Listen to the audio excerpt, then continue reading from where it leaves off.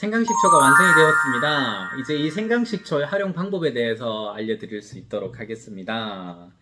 먼저 저희가 쓰는 용기인데요. 일반 식초에다가, 저희 오곡명초에다가 생강을 침출해서 우려냈는데, 오곡명초 양의 대략 20% 정도 생강이 들어갔어요. 그래서 저희가 쓰는 용기에는 이렇게 미리그램이 이렇게 표시가 되어 있어요. 미리그램이 표시되어 있다 보니까, 보실까요? 네. 미리그램이 표시되어 있다 보니까 식초를 160까지 이렇게 비워내고, 그리고 나머지 40ml 정도를 생강을 썰어서 넣습니다. 그러면 굳이 뭐 계량 안 하더라도 쉽게 비율을 맞춰서 생강식초를 만들 수 있습니다. 이렇게 만들어진 생강식초는요, 어떻게 채를 썰었기 때문에 10일 이상 저장을 했다가 이제 드시면 되는데, 섭취 방법은 일반 식초 사용하시는 것처럼 음식에 조미료로 사용하셔도 되고 여러 방법이 있겠지만, 제가 추천하는 방법은 식사하시고 난 후에 물에다가 희석해 드시는 것을 권해드립니다. 물론 드시기 어렵다라고 하시면 꿀을 터서, 당뇨가 없으시면 꿀을 한 스푼 넣어서 같이 드시는 방법도 괜찮고요.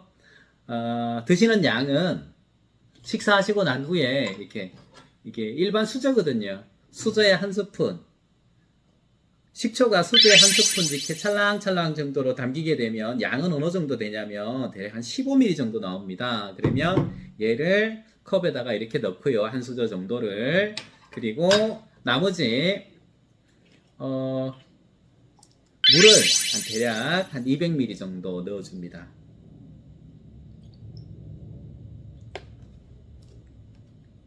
(10배) 이상, 10배에서 20배 내 입맛에 맞도록 물은 희석하시면 될 것 같아요. 그리고 난 후에 식사를 하시고 난 뒤에 드시는 거죠. 마시면 됩니다.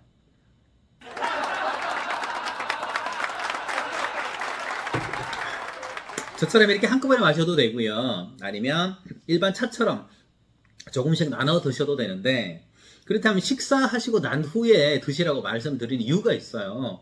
왜 식후에 드시라고 말씀을 드리느냐? 우선 식초의 신맛 때문에 공복에 드시게 되면 속쓰림이 있을 수 있습니다. 그래서 속쓰림 방지하는 게 첫 번째고요. 두 번째는 뭐냐면, 식사를 하시고 난 후에 이게 식초물을 드시게 되면 위액 분비를 촉진합니다. 그래서 소화 활성화를 촉진하는 거죠. 소화 활성화를 촉진하다 보니까 우리가 소화가 잘 안 된다든지 이런 부분도 있고, 그리고 또 우리가 음식으로 해서 같이 드셨던 영양분 있죠. 단백질이라든지 칼슘이라든지 철분 같은 이런 영양성분의 흡수를 도와줍니다. 흡수를 도와주고, 또 하나는 이 식초가 당 대사를 촉진합니다. 그래서 뭐 당뇨가 있으신 분들한테도 식사하시고 난 후에 이렇게 한 수저 정도, 15ml입니다. 15ml를 물 10배 이상. 저 같은 경우는 지금 여기에 물을 대략 한 15배 정도 희석했어요. 그렇게 해서 마시는 겁니다.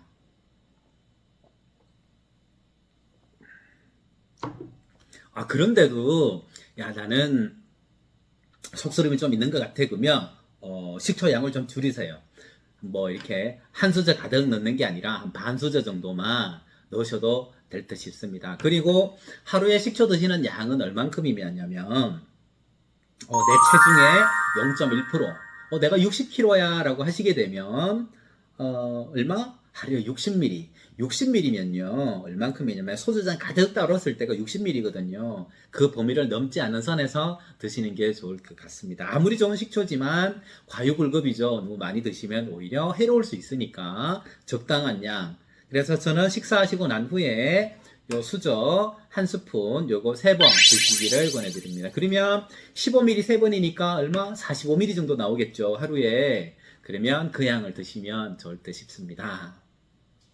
나이를 먹어가면서 어떻게 우리 면역력은 점차 나이가 높아짐에 따라서 비례해서 떨어지게 되거든요. 그 이유는 뭘까요? 바로 우리 몸에 근육이라든지 지방이 이렇게 빠져나가지 않습니까? 키도 줄어들고. 그러다 보니까 우리 몸에서 어떻게 정상적인 체온 유지하기가 쉽지 않다라는 겁니다. 체온이 떨어지다 보니까 당연히 혈액순환이 잘 안 되겠죠. 혈액순환이 잘 안 되다 보니까 결국 면역력까지 떨어지게 되는. 그래서 제가 여러분 그 생강식초를 연세가 드신 분일수록 꼭 챙겨 드셨으면 좋겠다라고 말씀을 드리는 겁니다. 나이가 어린 사람도 젊은 사람도 마찬가지입니다. 바깥에 추운데 바깥에 오래 활동하다 보면 어떻게 될까요? 혈액 흐름이 원활하지 못하죠. 그래서 집에 들어가서 따뜻한 물로 샤워를 하다 보면 혈액순환이 막 되는 겁니다. 막 되면서 어떻게 기력이 회복되는 걸 바로 느낄 수 있죠. 이렇듯 다시 한번 강조합니다. 손발이 차시고 아랫배 차신 여성분들이나 아니면은 뭐 감기 달고 사시는 분들이나 아니면 연세 드신 어르신분들께서는 이렇게 생강식초 식사하시고 난 후에 한 수저 정도 요거 15ml입니다. 15ml를 물 몇 배? 10배에서 20배 사이, 저 같은 경우는 15배 정도 희석해 마셔요. 해서 어떻게 식사를 하시고 난 후에, 꼭 식사하시고 난 후에 한 잔 드셨으면 좋겠습니다.